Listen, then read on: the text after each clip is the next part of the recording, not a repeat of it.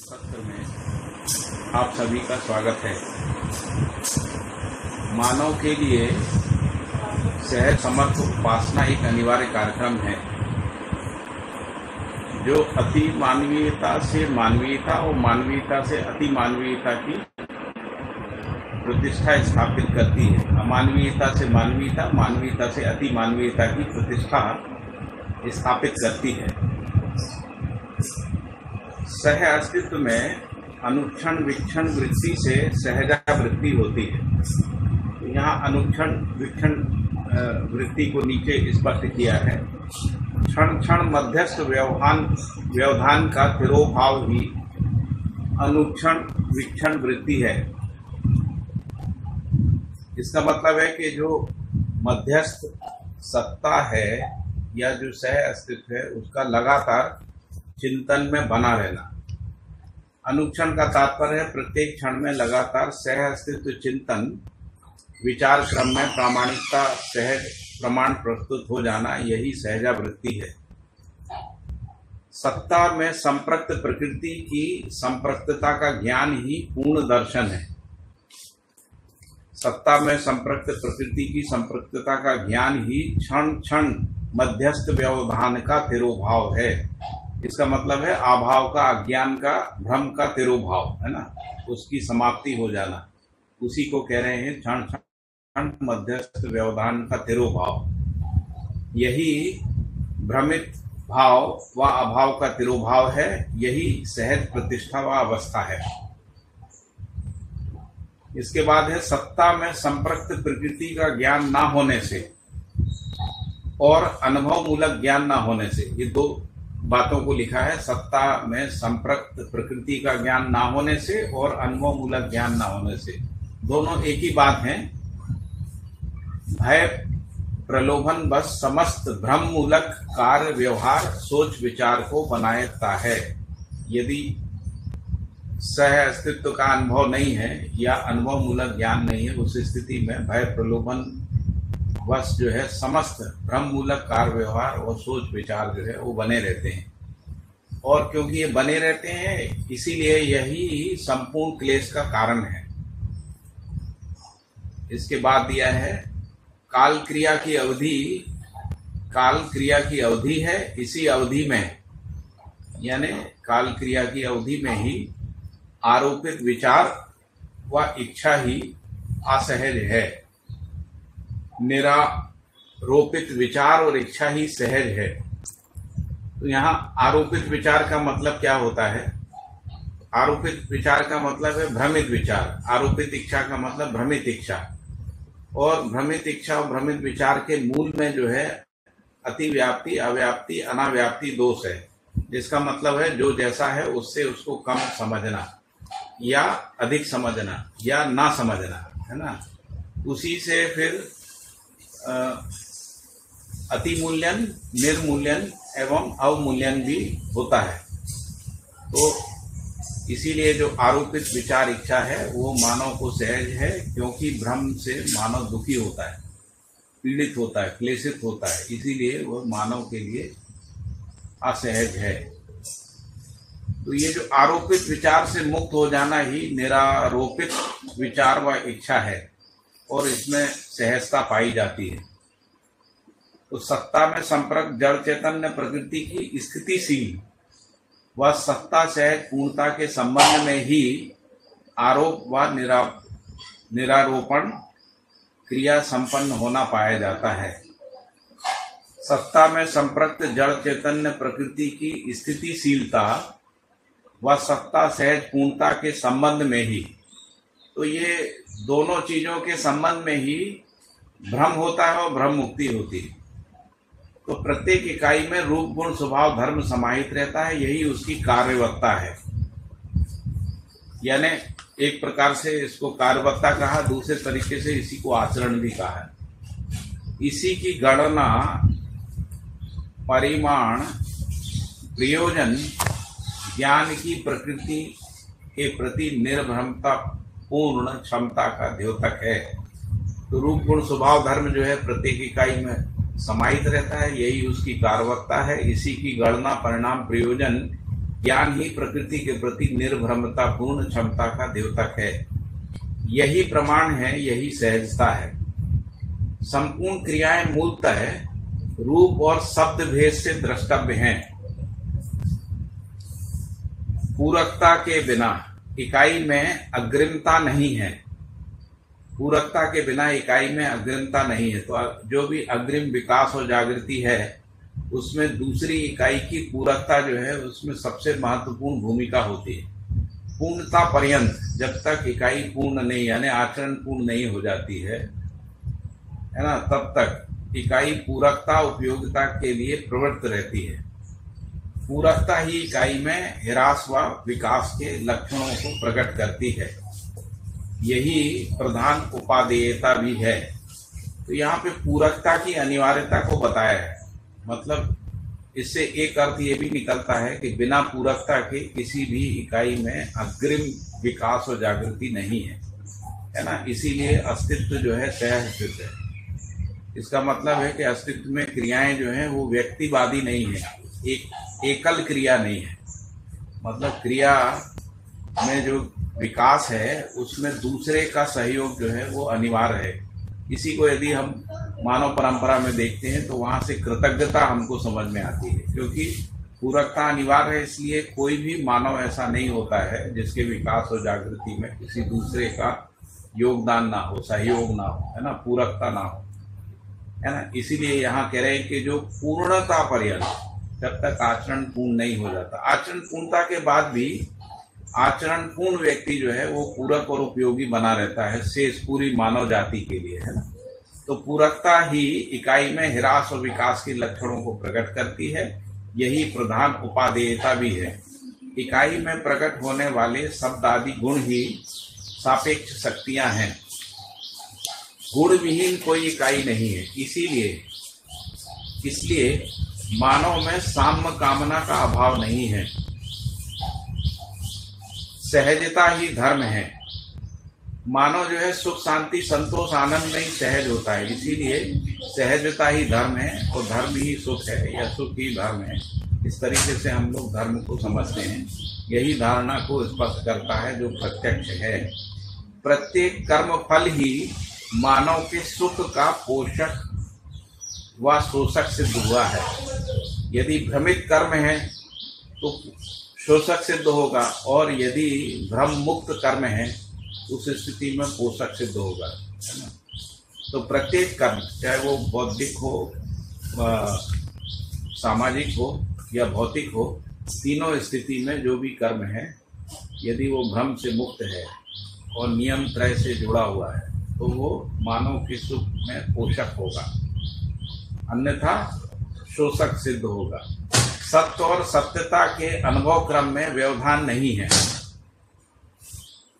इसीलिए अनुभव क्रम व्यवस्था सघन है। जागृति की कड़ियां सघन हैं। इसलिए सहजता आरोप से मुक्त है। आरोप ही न्यूना अतिरेक मूल्यांकन है। न्यून या अतिरेक के रूप में मूल्यांकन है। उसी को मैं कह रहा था, अतिमूल्यन, निर्मूल्यन और अवमूल्यन। इस तरीके से जो आरोप है यानी जो भ्रम है या भ्रमित विचार है, भ्रमित इच्छा है, उसका जो मूल्यांकन है वो तीन तरीके से होता है, जिसको हम लोग कह रहे हैं अतिमूल्यन, अवमूल्यन और निर्मूल्यन के रूप में होता है। स्वयं ही न्यूनातिरेक मूल्यांकन की क्रिया असहज है। स्वयं का मूल्यांकन तात्रय की सीमा में होता है, और तात्रय का मतलब है अमानवीयता, मानवीयता, अतिमानवीयता। तात्रय की सीमा में ना हो ऐसा कोई मानव इस पृथ्वी पर नहीं है। तो मानव इनमें से किसी न किसी सीमा में रहता है, अतिमानवीयता, मानवीयता और अमानवीयता। धर्म का वियोग नहीं है क्योंकि यह धारणा है। तो इसलिए सुख विहीन कोई मानव नहीं है। इसलिए लिखा है कि धर्म का वियोग नहीं है क्योंकि यह धारणा है। इसका प्रत्यक्ष रूप यानी धारणा का, धर्म का प्रत्यक्ष रूप मानवीयता एवं अति मानवीयतापूर्ण आचरण है। मानवीयता और अति मानवीयतापूर्ण आचरण में ही मानव सहज है, क्योंकि अमानवीय जो आचरण है, जिसको हम लोग हीनता, दीनता, क्रूरता कह रहे हैं, उसमें क्या आहार, निद्रा, भय, मैथुन आदि कह रहे हैं, इस सब में मानव में असहजता है ना। जबकि ऐष्णात्रय में और सत्य में और मानवीय स्वभाव में, जिसको हम धीरता, वीरता, उदारता, दया, कृपा, करुणा कह रहे हैं, अति मानवीय स्वभाव, इनमें जो कार्य व्यवहार है उसकी सहजता देखी जाती है। जो सहजता है वही धर्म का भी लक्षण है ना, और सहजता ही सुख है, ऐसा हमको स्पष्ट होता है। और इसलिए अमानवीयतापूर्ण आचरण ही असहज है। फिर अगला सेंटेंस है, प्रकृति अपने में संपूर्णता के साथ, प्रकृति अपने में संपूर्णता के साथ सीमित है, यही अवधि है, इसलिए पूर्ण में समाई हुई है। यही पूर्ण में संपूर्णता सह-अस्तित्व है। यही संपूर्णता का नित्य वर्तमान और ज्ञानावस्था के मानव में पूर्णता का प्रसव है। यही जागृति के लिए बाध्यता है। मानव के बौद्धिक क्षेत्र में पाई जाने वाली जो अनावश्यक कल्पनाओं का निराकरण ही दर्शन क्षमता में गुणात्मक परिमार्जन है। तो मानव का जो बौद्धिक क्षेत्र है, जिसको हम कल्पना का क्षेत्र भी बोलते हैं, यानी आशा, विचार, इच्छा का क्षेत्र है, उसमें जो अनावश्यक कल्पनाएं हैं, जो एक प्रकार से आरोपित कल्पनाएं हैं, यानी जो भ्रमित कल्पनाएं हैं, जिसको हम लोग कह रहे हैं अतिव्याप्ति, अनाव्याप्ति, अव्याप्ति के रूप में जो कल्पनाएं हैं, उनका निराकरण ही दर्शन क्षमता में गुणात्मक परिमार्जन है।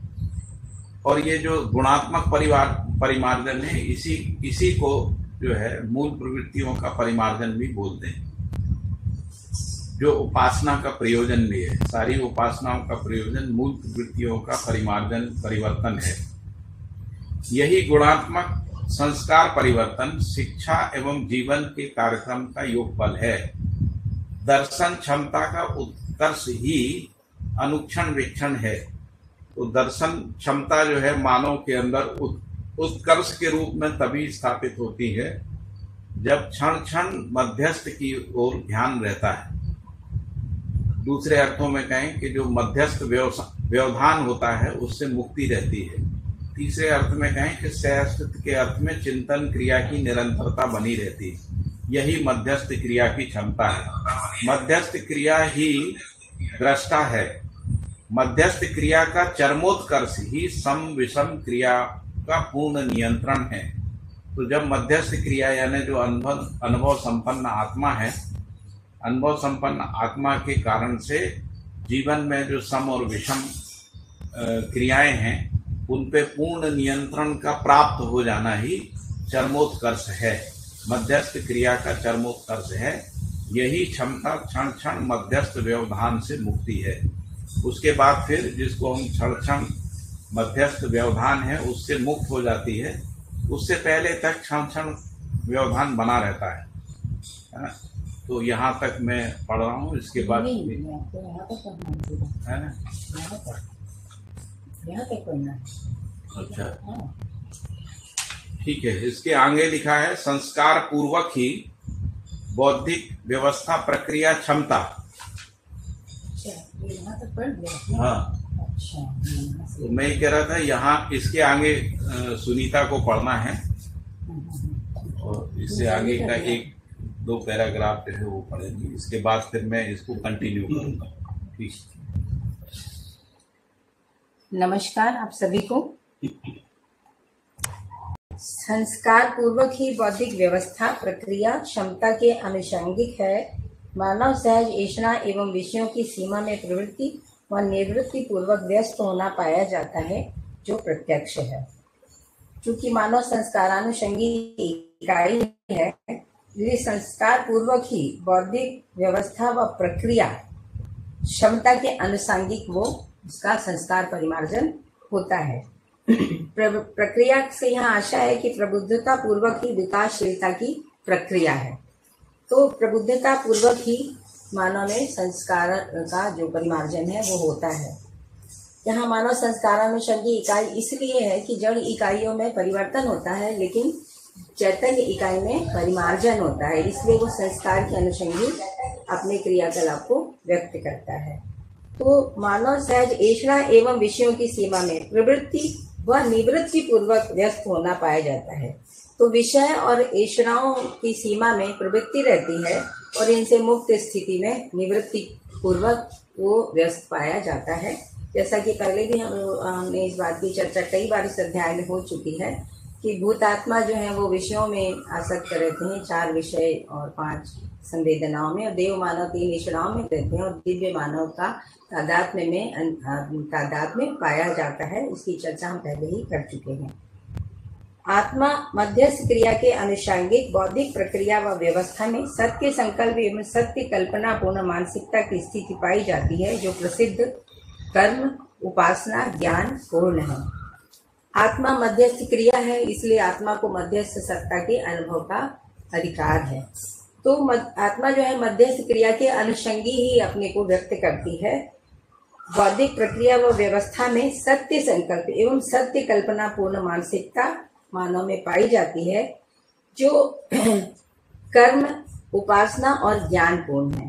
तो मध्यस्थ क्रिया में जब सत्ता में आत्मा अनुभूत होती है तो उसमें कर्म आचरण पूर्णता के रूप में पूर्ण होता है, उपासना भी पूर्ण हो जाती है। जिस लक्ष्य के लिए उसने उपासना की है वो लक्ष्य जो है वो अनुभव संपन्नता और आचरण पूर्णता ही है, और इसी से ज्ञान भी पूर्ण हो जाता है। आचरण पूर्णता से ज्ञान पूर्ण हो जाता है कि हमको ज्ञान जो अनुभव में पहचानने में आया था व्यवस्था के रूप में, उस व्यवस्था में भागीदारी करने के बाद जो फल परिणाम देखने को मिलते हैं, उस अर्थ में ज्ञान की पूर्ण प्रकाशन हो जाता है।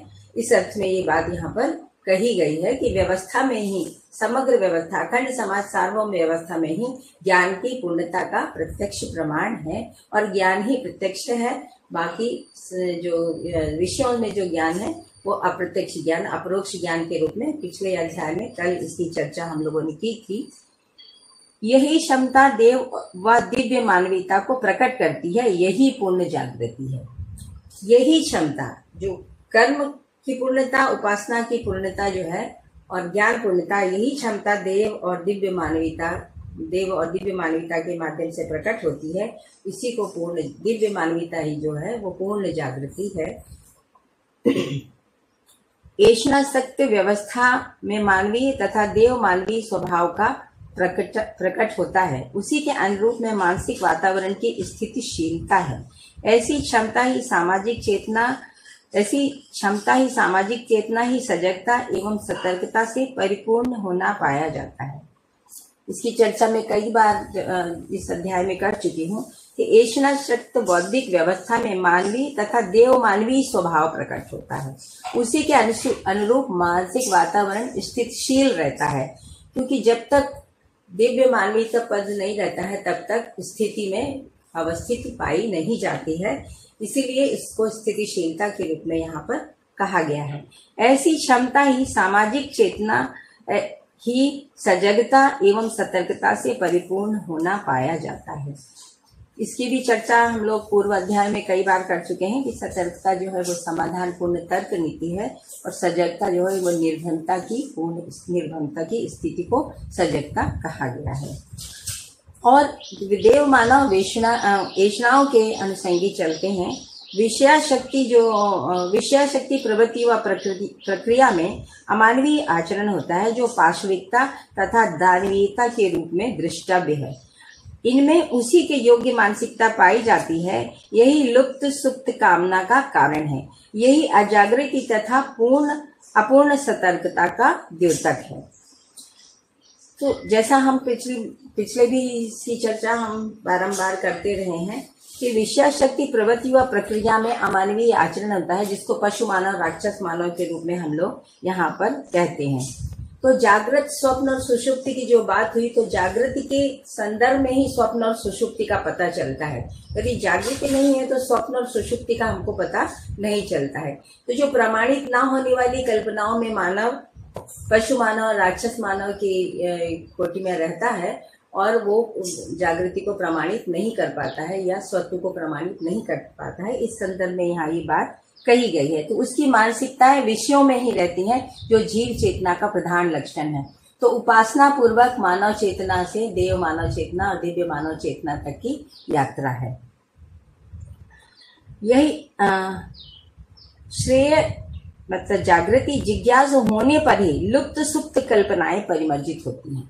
मतलब जिसको तीव्र इच्छा, कारण इच्छा और सूक्ष्म इच्छा के रूप में कहा गया है, तो सूक्ष्म इच्छाएं जो लुप्त सुप्त रहती हैं, तो श्रेय की सूचना पा करके जिज्ञासु मतलब जागृति के लिए जिज्ञासु जो मानव है, वही लुप्त सुप्त उसी मानव में जो कल्पनाएं जागृति के लिए उसमें सूक्ष्म इच्छाएं वो तीव्र इच्छा के रूप में परिवर्तित होती हैं और वो जागृति के लिए प्रयत्नशील होता है, जिसको रूपस्थ, कूटस्थ और आत्मस्थ साधना के रूप में पहले ही व्यक्त किया गया है।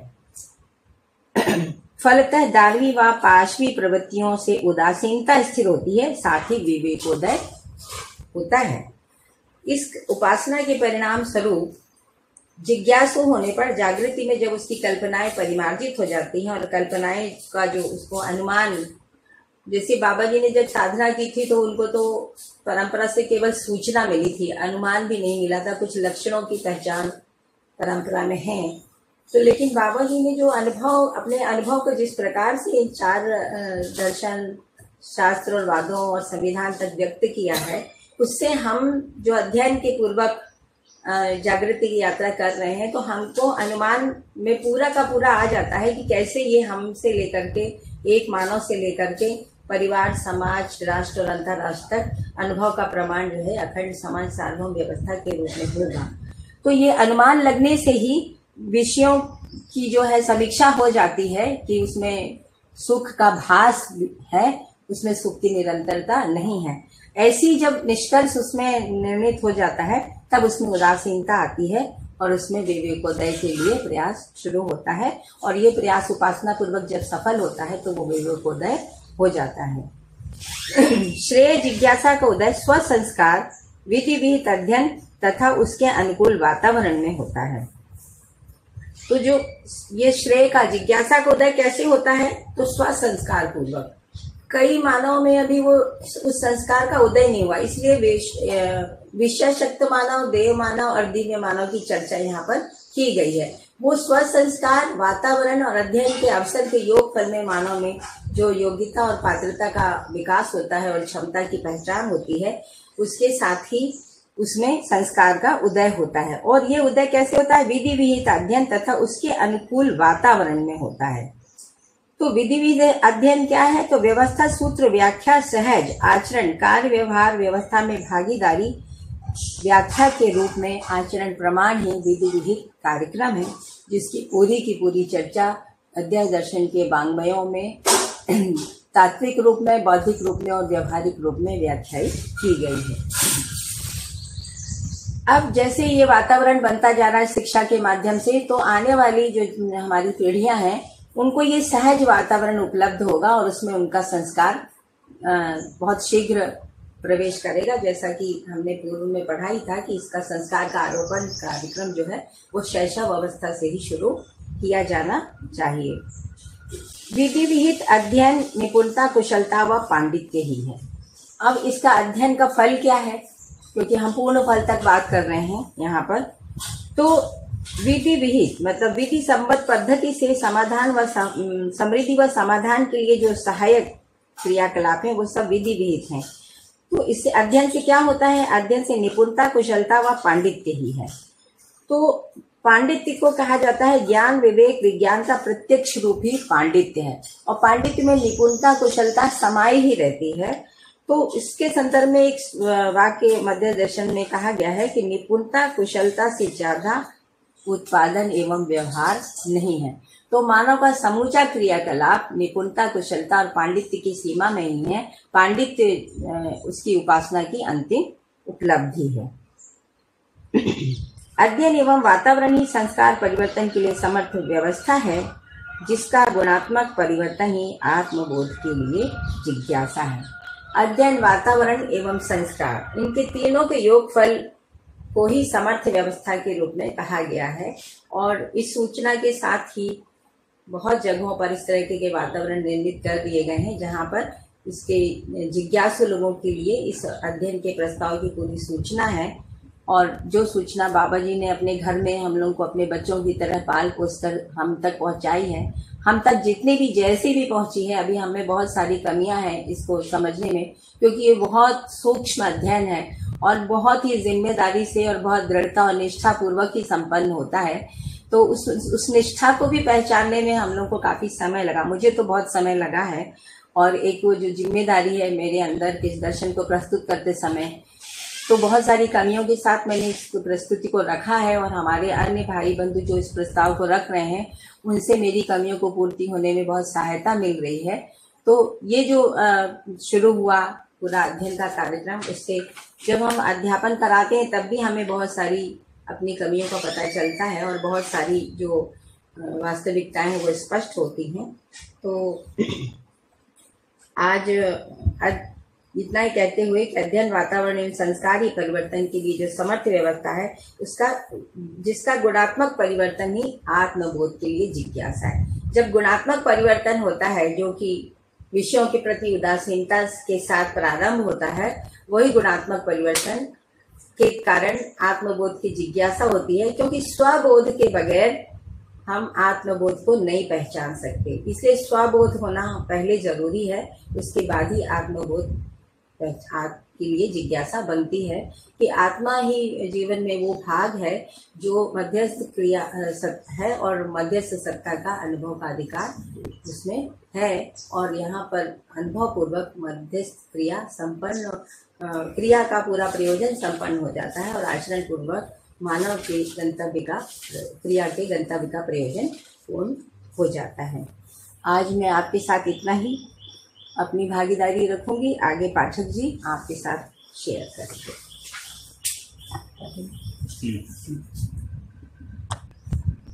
तो जो लास्ट सेंटेंस सुनीता ने पढ़ा था, उसमें लिखा है अध्ययन एवं वातावरण ही संस्कार परिवर्तन के लिए समर्थ व्यवस्था है। तो अध्ययन और जब वातावरण की बात हो रही है तो एक मानवकृत वातावरण की बात हो रही है ना। तो अध्ययन तो व्यक्ति ही करता है, लेकिन उसमें जो वातावरण है वो सहयोगी है, इसलिए शिक्षा व्यवस्था के रूप में वातावरण होता है। तो कह रहे हैं कि अध्ययन एवं वातावरण ही संस्कार परिवर्तन के लिए समर्थ व्यवस्था है, जिसका गुणात्मक परिवर्तन ही आत्मबोध के लिए जिज्ञासा है। अब आगे इसको स्पष्ट किया है, आत्मबोध ही सत्य जिज्ञासा का प्रधान लक्षण है। आत्मबोध ही सत्य जिज्ञासा का प्रधान लक्षण है, इसलिए अवधारणा ही अनुगमन, अनुशीलन के लिए प्रवृत्ति है। तो अवधारणा का मतलब होता है कि जो वस्तु स्थिति है, जो वस्तु स्थिति सत्य है, वस्तुगत सत्य है, ये स्थिति सत्य है, इसको मिला के अवधारणा करें। दूसरा अवधारणा का मतलब है सत्य बोध सहज यथावत जानने मानने की बोध क्रिया, उसको भी अवधारणा कहते हैं। और अवधारणा की एक तीसरी परिभाषा है न्यायपूर्ण व्यवहार, धर्मपूर्ण विचार व सत्य सहज अनुभूति ही अवधारणा है। तो जैसे बाबा जी ने न्यायपूर्ण अवधारणा की, न्यायपूर्ण व्यवहार की संपूर्ण अवधारणा जो है हम लोगों के सम्मुख प्रस्तुत की है, इसी तरीके से धर्मपूर्ण विचार यानी समाधानात्मक विचार की भी संपूर्ण अवधारणा जो सर्वतोमुखी समाधान के रूप में है, उस रूप में धर्मपूर्ण विचार की अवधारणा को प्रस्तुत किया है। इसी तरीके से सत्य सहज अनुभूति के रूप में भी उन्होंने अवधारणा को अनुभव दर्शन में व्यक्त किया है। तो ये कह रहे हैं कि जो अवधारणा ही अनुगमन है, अनुगमन का मतलब है परंपरा के रूप में अनुकरणीय गति, जिसको हम लोग जब अध्ययन क्रम में देखते हैं तो स्थूल से सूक्ष्म, सूक्ष्म से कारण के रूप में देखते हैं। लेकिन ये जो अवधारणाएं हैं जिनको हम लोग कह रहे हैं न्यायपूर्ण व्यवहार, धर्मपूर्ण विचार और सत्य सहज अनुभूति के रूप में जो अवधारणाएं हैं, इनका जो अनुगमन है वो परंपरा के रूप में अनुकरणीय गति या मानवीयतापूर्ण परंपरा गति में भागीदारी करना, इस रूप में अनुगमन दिखता है।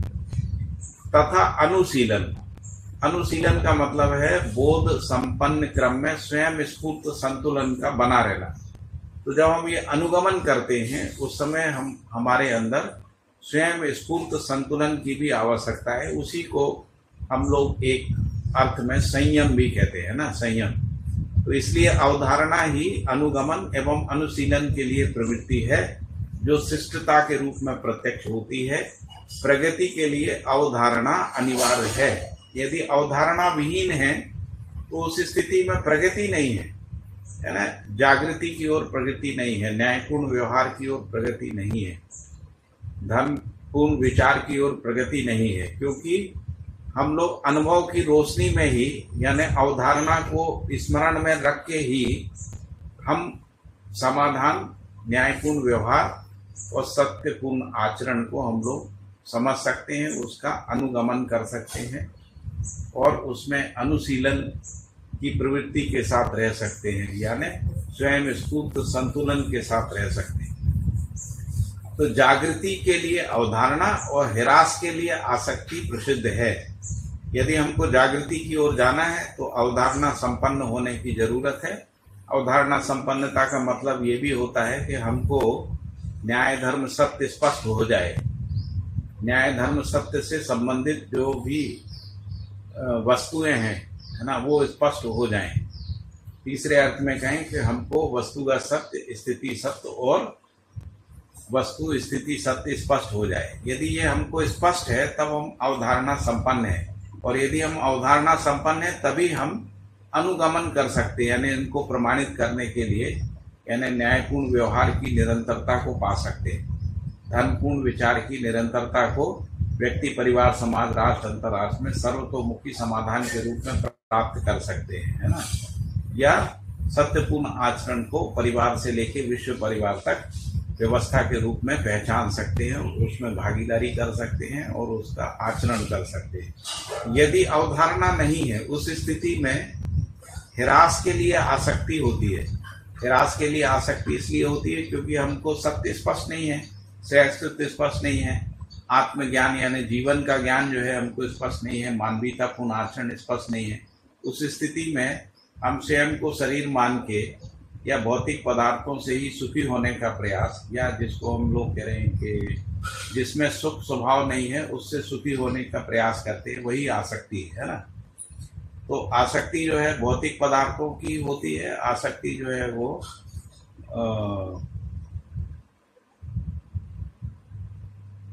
आसक्ति बस ही मानव में शरीर के प्रति भी आसक्ति होती है, इंद्रियों के प्रति भी आसक्ति होती है ना। इस रूप में आसक्ति को हम लोग देख सकते हैं। एक तरीके से शरीर के अर्थ में जीना, अपने को शरीर मान के जीना, वही आसक्ति का मूल कारण है। यही क्रम से निवृत्ति व प्रवृत्ति है। अवधारणा ही सद्विवेक है। सद्विवेक स्वयं में सत्यता की विवेचना है। तो अवधारणा ही सत्य विवेक है ना। तो जो भी हमारे पास न्याय धर्म सत्य के संबंध में जो भी तर्क है, जो भी सूचना है ना, वो सद्विवेक के रूप में है। इसी को हम लोग अनुभव की रोशनी भी कहते हैं। अनुभव की रोशनी में ही सत्य की विवेचना होती है। तो सत्य की विवेचना का मतलब है जिसमें हम रूप गुण स्वभाव धर्म का विवेचना करते हैं, देश काल दिशा का हम विवेचना करते हैं ना, मानवीय आचरण की विवेचना करते हैं, अति मानवीय आचरण की विवेचना करते हैं जो स्पष्ट है। मूलतः है यही शुभ एवं मांगल्य है। शुभ और मांगल्य को हम लोगों ने कल भी पढ़ा था। अनुभव की अवधारणा सत्य बोध के रूप में, अवधारणा सम्यक बोध ही सत्य संकल्प है। तो कह रहे हैं कि अनुभव की अवधारणा यदि हो गई, उसी का मतलब है कि सत्य बोध हो गया है ना। और यदि सत्य बोध हो गया है यानी अवधारणा पूरी हो गई तो सत्य संकल्प है। यही यानी सत्य बोध और सत्य संकल्प ही परावर्तित होकर शुभ कर्म, उपासना और आचरण के रूप में प्रत्यक्ष होता है ना। तो अवधारणा जिसको हम लोग कह रहे हैं सत्य बोध, और अवधारणा ही सत्य संकल्प के रूप में जिसको हम कह रहे हैं संकल्प या निश्चय की निरंतरता के रूप में, जब ये परावर्तित होता है मानव के आचरण में, कार्य में, है ना, व्यवहार में, तो ये शुभ कर्म के रूप में, उपासना के रूप में, है ना, व्यवहार में जब आता है तो उपासना के रूप में, और जब कर्म, व्यवहार और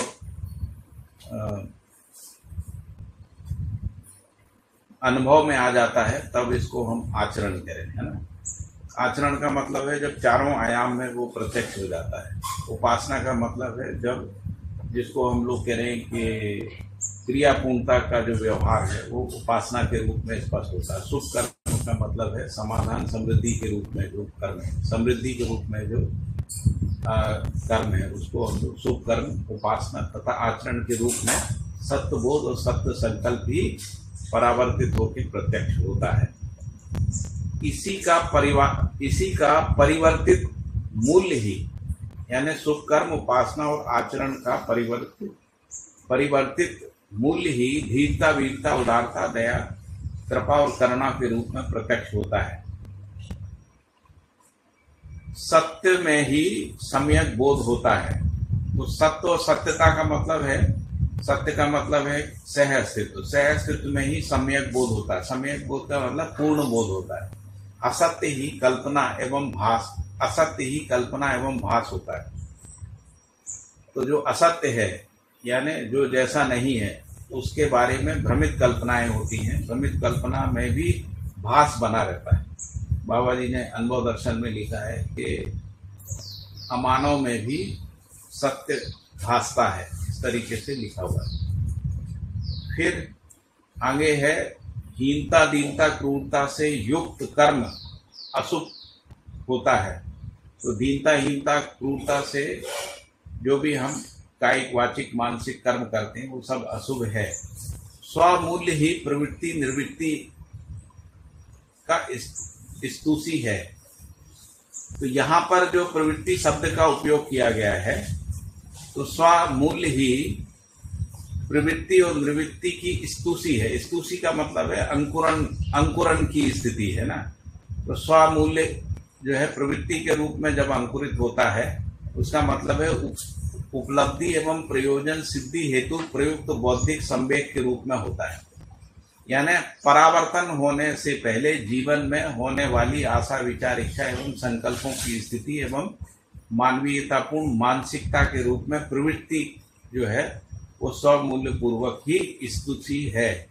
इसी तरीके से स्वमूल्यों से निवृत्ति का भी स्तुति है। निवृत्ति का मतलब होता है भय, भ्रम और बंधन से मुक्त स्थिति, है ना, जिसको निवृत्ति कह रहे हैं। निवृत्ति मूलतः अनुभव में ही होती है।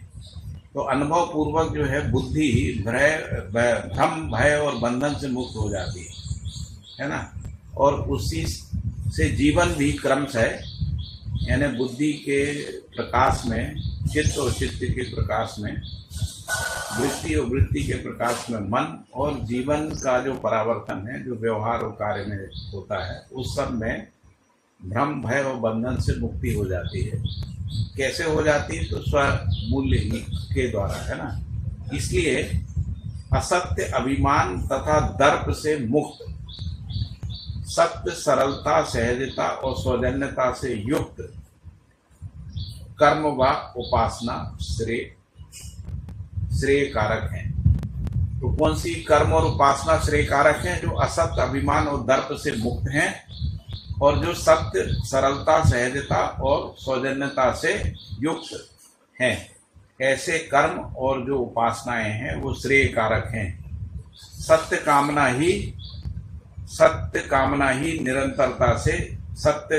की निरंतरता से लक्ष्य की अवधारणा होती है। सत्य कामना की निरंतरता से ही लक्ष्य की अवधारणा होती है। ज्ञान में ही, तो लक्ष्य क्या है? तो लक्ष्य समाधान, समृद्धि, अभय, सहसिद्ध। तो कह रहे हैं कि ज्ञान में ही उत्पादन, व्यवहार विचार एवं अनुभूति प्रत्यक्ष है, और उत्पादन, व्यवहार, विचार और अनुभूति में ही समाधान, समृद्धि, अभय, सहअस्तित्व का अनुभव है। ऐसा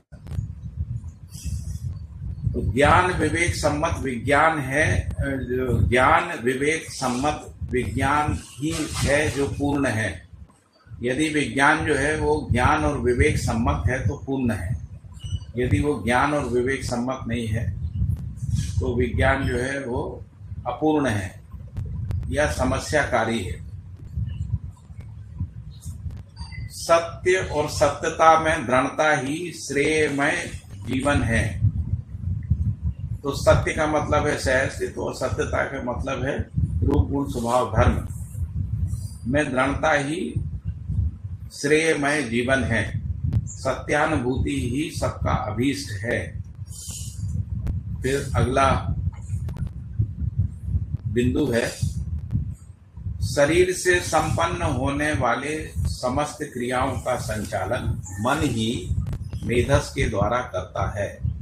तो शरीर के द्वारा जो भी हम उत्पादन, व्यवहार, विचार आदि जो भी करते हैं, तो शरीर के द्वारा जो भी हम क्रियाकलाप करते हैं उसका संचालन करने वाला मन ही है जो मेधस के द्वारा करता है। मेधस से सभी नाड़ियां नियंत्रित रहती हैं। मेधस के माध्यम से सभी ज्ञानवाही तंत्र और क्रियावाही तंत्र जो है उससे नियंत्रित रहता है। सभी नाड़ियां भी उससे नियंत्रित तंत्रित रहती हैं। फिर लिखा है कि शब्द का मूल रूप जो है वो मन ही है। तो मूल रूप से जो शब्द की उत्पत्ति है वो मन से होती है, फिर मेधस से होते हुए वो ज्ञानवाही तंत्र और क्रियावाही तंत्र से होती हुई गल ग्रंथि में आके ध्वनि को उत्पन्न करती है, जो हमारे मुख से जो है अभिव्यक्त होता है, व्यक्त होता है, जिसको हम लोग शब्द कह रहे हैं। उसका जो मूल स्रोत है वो मन ही है। और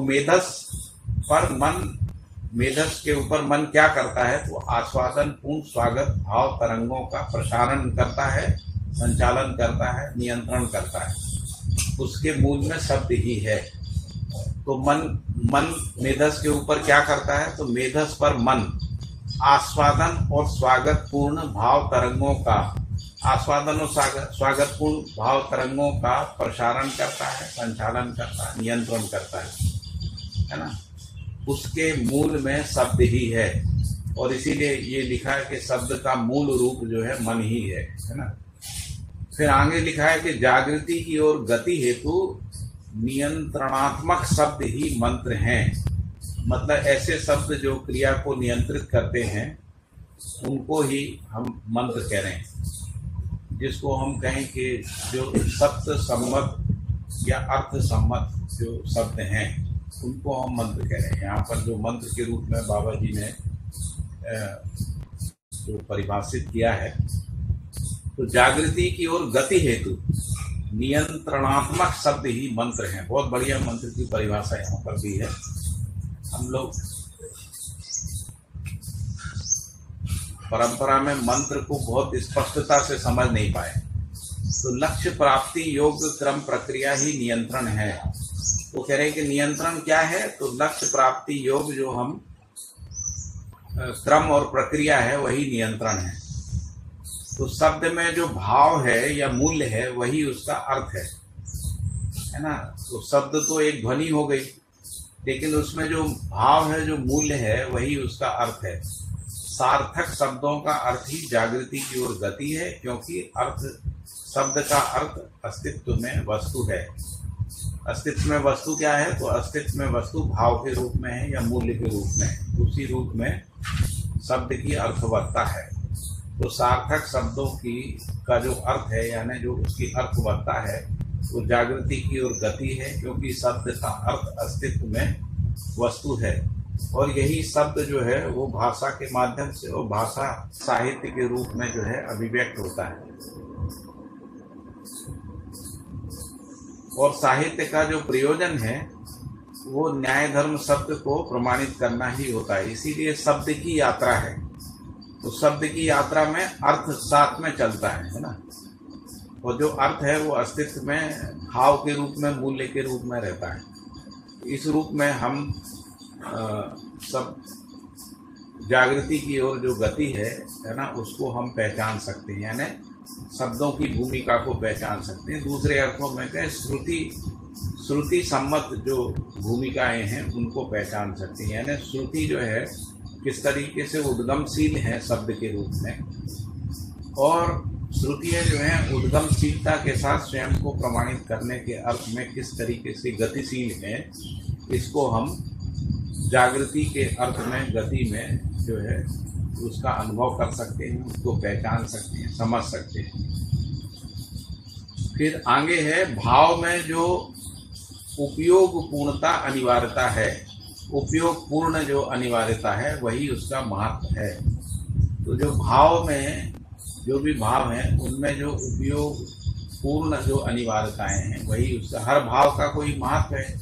जैसे उपयोगिता पूरकता के रूप में है, जैसे हम जो भी संबंधों में मूल्य रहते हैं, जैसे धीरता, वीरता, उदारता, दया, कृपा, करुणा के रूप में जो भाव है, तो धीरता की उपयोग पूर्ण अनिवार्यता यही उसका महत्व है।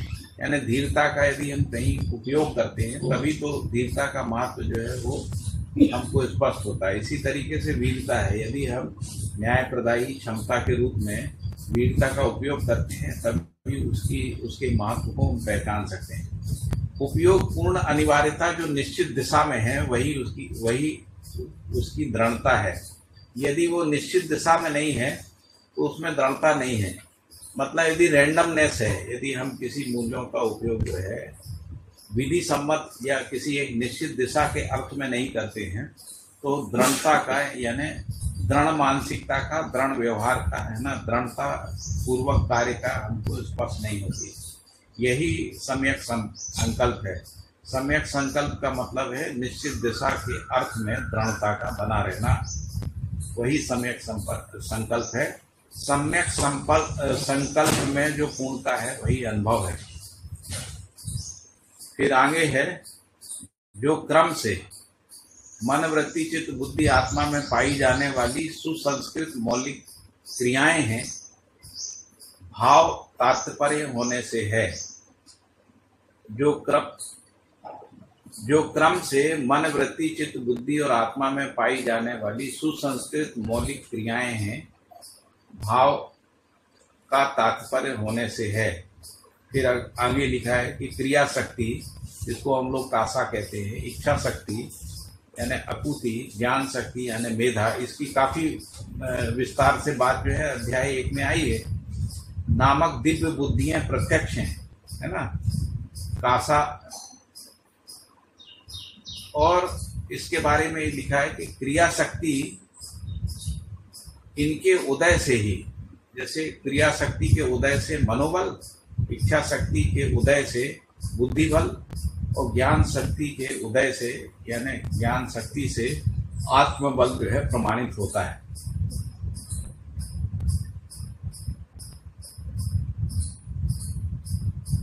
फिर है इच्छा शक्ति,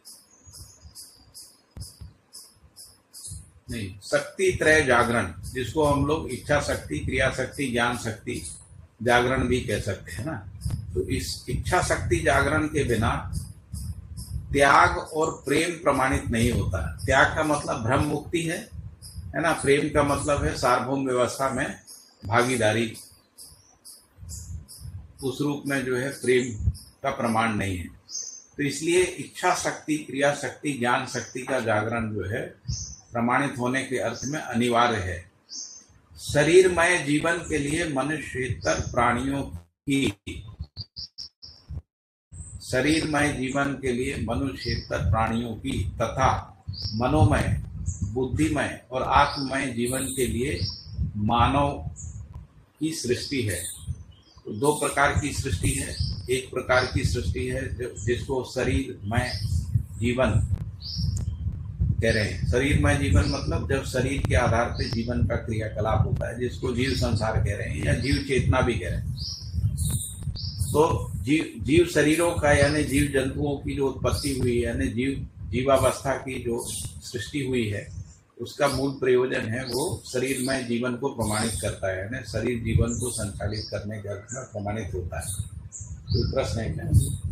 फिर लिखा है कि जो मनोमय, बुद्धिमय और आत्ममय जीवन है उसके लिए मानव सृष्टि है, और इसीलिए शरीरमय जीवन यानी जीव चेतना में मानव तृप्त नहीं होता है, क्योंकि सृष्टि में मानव का जो प्रकटन है वो मनोमय, बुद्धिमय और आत्ममय जीवन के लिए है ना। इसीलिए जो सृष्टि में जो मानव के प्रकटन का प्रयोजन जो है वो स्पष्ट होता है।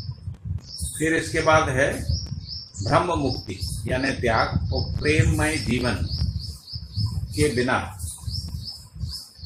स्व पर कल्याण नहीं होता। प्रेममय जीवन को बताया था कि दया, कृपा, करुणा के संयुक्त अभिव्यक्ति, संप्रेषणा, प्रकाशन के रूप में प्रेममय जीवन होता है, और ब्रह्म मुक्ति के रूप में जो त्याग है उसको ब्रह्म मुक्ति के रूप में हम लोग पहचानते हैं।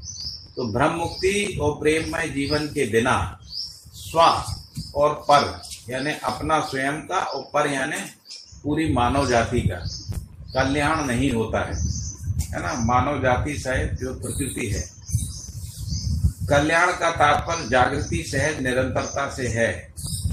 तो स्व और पर का कल्याण का मतलब है स्व का जागृति सहज निरंतरता और पर की जागृति सहज निरंतरता। स्व पर कल्याणकारी कर्म, उपासना, ज्ञान के बिना शांति पूर्ण नहीं होती है। जब तक हम स्व और पर कल्याणकारी कर्म, उपासना और ज्ञान ये तीनों को हम पा नहीं लेते हैं तब तक शांति पूर्ण नहीं होती। फिर आगे लिखा है विरागमय जीवन में अभाव का अभाव हो जाता है। तो विरागमय जीवन या जिसको हम लोग वैराग्य भी बोलते हैं, विरागमय जीवन का मतलब है समृद्धि सहज प्रमाण या असंग्रह के साथ जीना, है ना। तो समृद्धि सहज प्रमाण संपन्न जो जीवन है उसमें अभाव का अभाव हो जाता है, और दूसरा असंग्रह के साथ जीना, इसको भी विरागमय जीवन कह रहे हैं, इससे अभाव का अभाव हो जाता है। फिर लिखा है विराग ही आत्म लक्ष्य कारक है। फिर अगला सूत्र है आत्म लक्ष्य के प्रभाव से आत्मबोध होता है। यदि आत्म लक्ष्य है तभी आत्मबोध होता है ना। आत्मबोध का मतलब है अनुभव बोध प्रमाणित होना ही आत्मबोध है। तो यदि हम लोग हमारे जीवन में विराग नहीं आया, विराग का मतलब है कि यदि हम भौतिकता के लिए ही जी रहे हैं या जीवन में केवल व्यवसाय कार्यक्रम ही है, केवल उत्पादन कार्यक्रम ही जीवन का लक्ष्य है, उस स्थिति में आत्म लक्ष्य जो है वो नहीं बनेगा, है ना। क्योंकि ज्यादा ध्यान जो है वो व्यवसाय क्रिया में या उत्पादन क्रिया में रहेगा, या दूसरे अर्थों में कहें कि देह और देह से निर्मित जो भी व्यवसाय है उसी में जीवन लगा रहेगा, है ना। यानी आसक्ति में रहेगा। जब आसक्ति में रहेगा तो आत्म लक्ष्य नहीं बनेगा। आत्म लक्ष्य के लिए जरूरी है कि जो पूर्वानुक्रम है ना, उस दिशा में गति होना। तो आत्म लक्ष्य तो पूर्वानुक्रम में तभी हो सकता है जब परानुक्रम से मुक्ति हो जाए। यदि परानुक्रम से मुक्ति नहीं हुई, उसमें आसक्ति बनी हुई है, तो आत्म लक्ष्य नहीं होगा। तो आत्म लक्ष्य ही निश्चित नहीं होगा तो फिर आत्मबोध नहीं होगा। तो इसलिए आत्म लक्ष्य के निर्धारण के लिए विरागमय जीवन की आवश्यकता है ना, यानी अभाव का अभाव हो जाना। अन्यथा विषयों की आसक्ति में, है ना, जीवन क्रियाकलाप जो है वो फंसा रहेगा। आत्मबोध को यहाँ पे स्पष्ट किया है कि अनुभव बोध प्रमाणित होना ही आत्मबोध है। अब इसके बाद अगला सूत्र ऐसा लिखा है आत्मबोध से आत्मदीपन है। यदि आत्मबोध होता है तो आत्मदीपन है। आत्मदीपन का मतलब है आत्मान्मुखी बुद्धि, मतलब जब आत्मा जो है आत्मा की तरफ अभिमुख बुद्धि हो जाती है उसको आत्मदीपन करें। यानी आत्मा के संकेत ग्रहण करने योग्य क्षमता संपन्न बुद्धि। यानी अभी बुद्धि क्या हो गई है, जो आत्मा के संकेत को ग्रहण करने की क्षमता से संपन्न हो गई, यानी आत्मदीपन हो गया, है ना। तो आत्मबोध होने से आत्मदीपन, आत्मदीपन को मैं एक बार फिर से स्पष्ट कर दे रहा हूं। आत्मदीपन का मतलब है आत्मान्नोमुखी बुद्धि, यानी आत्मा की ओर अभिमुख बुद्धि। दूसरे अर्थों में कहें कि जो आत्मा के जो संकेत हैं, आत्मा से क्या संकेत आ रहा है, तो पहला आ रहा है सह अस्तित्व का संकेत, है ना, जिसको सह अस्तित्व, जो जिसको हम लोग अनुभव कह रहे हैं, अनुभव का संकेत आ रहा है। तो सह अस्तित्व को बुद्धि जो है स्वीकार करती है। आत्मा से क्या संकेत आ रहा है, तो मध्यस्थ का संकेत आ रहा है, तो मध्यस्थ को बुद्धि स्वीकारती है, क्योंकि बुद्धि जो है सम प्रभाव है। तो मध्यस्थ के प्रभाव को, यानी मध्यस्थ के संकेत को स्वीकार करके बुद्धि जो है वो मध्यस्थ के से संपन्न हो जाती है। इसीलिए फिर बुद्धि जो है मध्यस्थ सम हो जाती है ना। इसको कह रहे हैं आत्मदीपन, है ना। और इस तरीके से बुद्धि अहंकार से मुक्त होकर आत्मा के अस्तित्व को स्वीकार कर लेती है ना। जब तक बुद्धि आत्मा के अस्तित्व को स्वीकार करती नहीं है, तब तक बुद्धि स्वयं को मैं माने रहती है ना। अपने होने के अस्तित्व को बुद्धि मैं रूप में स्वीकारे रहती, इसी को हम लोग अहंकार करें। तो जैसे ही आत्मदीपन होता है, तो आत्मदीपन से जो है बुद्धि अहंकार से मुक्त हो जाती है और आत्मा के संकेत ग्रहण करने के योग्य क्षमता संपन्न हो जाती है। और जैसे ही बुद्धि ये क्षमता संपन्न हो जाती है, तो बुद्धि में धी धृति क्रियाएं जो है वो जागृत होती हैं। तो उससे उसमें आनंद सहज प्रवर्तन क्रिया के रूप में हम इसको पहचान सकते हैं ना। इसी को कह रहे हैं कि बुद्धि में आनंद और आत्मा में परमानंद है। फिर आगे लिखा है कि आत्मदीपन से आत्मविश्वास होता है। तो जब बुद्धि आत्मा के संकेत को ग्रहण करने लगती है ना, यानी मध्यस्थ के अस्तित्व को स्वीकार करती है, तभी बुद्धि में आत्मबोध के रूप में आत्मविश्वास होता है ना। आत्मबोध के रूप में आत्मविश्वास होता है, यानी वो आत्मा के अस्तित्व को स्वीकार कर लेती है ना। आत्मा के अस्तित्व को स्वीकार करना, यानी जो जिसको हम कह रहे हैं कि अनुभव दर्शन में कहा कि मैं और मेरा के रूप में, है ना। तो मैं जो है आत्मा के लिए अभिहित है, ऐसा कहा गया। यानी जो मैं है, यानी जो अपना होना है, होना अपनी स्थिति में प्रतिष्ठित हो जाता है।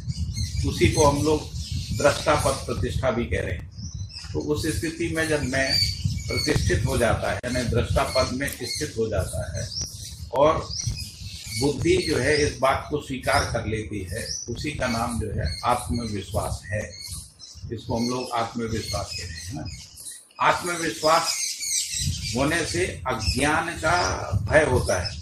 तो बुद्धि में जो अज्ञान है वो किस रूप में रहता है कि वो स्वयं को मैं माने रहती है। यानी जो जीवन का जो होने का भाव है, तो होने के रूप में बुद्धि अपने को मैं माने रहती है। इसी को कह रहे हैं कि उसका आत्मविश्वास होने से अज्ञान का क्षय हो जाता है, अज्ञान जो है वो समाप्त हो जाता है। फिर लिखा है कि अज्ञान का क्षय होने से आत्म प्रतिष्ठा होती है। तो जैसी बुद्धि में अहंकार समाप्त हो गया, भ्रम समाप्त हो गया, भय समाप्त हो गया। क्योंकि भय कैसे समाप्त हो गया? क्योंकि अमृत बोध भी हो जाता है ना। तो उस रूप में अपनी निरंतरता को पहचान लेती है, उस अर्थ में उसमें भय भी समाप्त हो जाता है। तो अज्ञान, भ्रम और भय से मुक्त हो जाता है। तो जब बुद्धि अज्ञान, भय और भ्रम से मुक्त हो जाता है, या अपन ये कहें कि अज्ञान का क्षय हो गया बुद्धि में, तो चित्त में जो है भ्रम और भय से मुक्ति हो जाती है, ऐसा। तो अज्ञान का क्षय होने से आत्म प्रतिष्ठा होती है। आत्म प्रतिष्ठा का मतलब है कि आत्मा के संकेतानुसार बुद्धि, चित्त, वृत्ति और मन का जो क्रियाकलाप होता है, उसी को कह रहे हैं आत्मा की प्रतिष्ठा हो गई। यानी अब जीवन में आत्मा की प्रतिष्ठा हो गई। उससे पहले जीवन में बुद्धि की अहंकार के रूप में प्रतिष्ठा थी।